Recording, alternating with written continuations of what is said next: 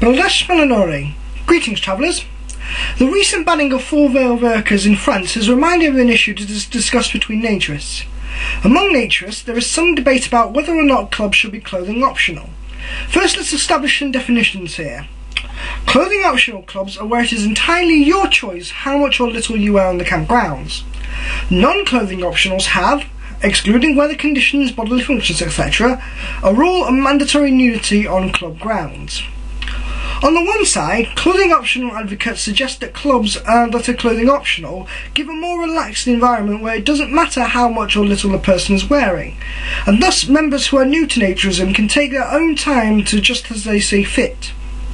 However, on the side of non-clothing optional, it is suggested that non-clothing optional clubs will give members new to Naturism a kickstart and more encouragement to join in. Considering the massive amounts of social pressures that have been pushed on them, they will often be very reluctant to take their clothes off due to the irrational negative emotions that come from being naked that they grew up with. How does this relate to the issue of recent burka bannings? Well, burkas are very much a part of Islamic culture. In a similar way to how we expect in the West for women to always have their breasts covered, while it is considered okay for men to be topless in public, Muslim women are expected to cover their heads and sometimes their entire faces.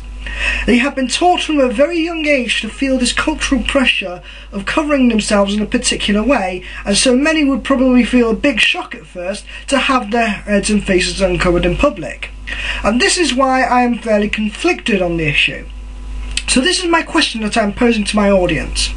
Considering that Muslim women could very well have had their burqas imposed on them as part of what Muslims would consider to be cultural modesty/decency and or oppression, do you think that banning the burqa will do more or less to help give a kickstart in ridding them of these unnecessary oppressive values and emotions?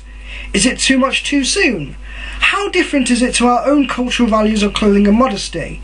And on a larger point, when it comes to fashion choices, where does simply abiding by cultural social rules and end and personal choice begins? Adiel Shalah, safe travels.